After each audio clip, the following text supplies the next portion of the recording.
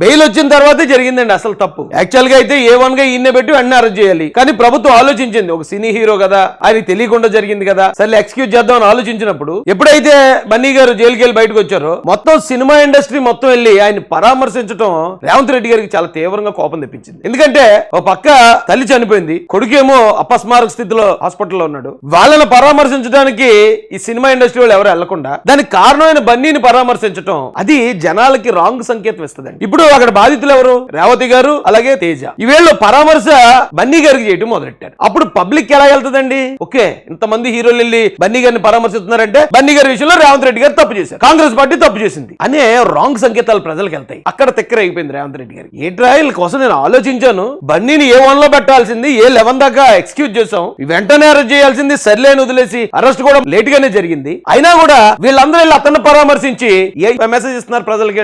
అక్కడ కోపం వచ్చింది ఆయనకి.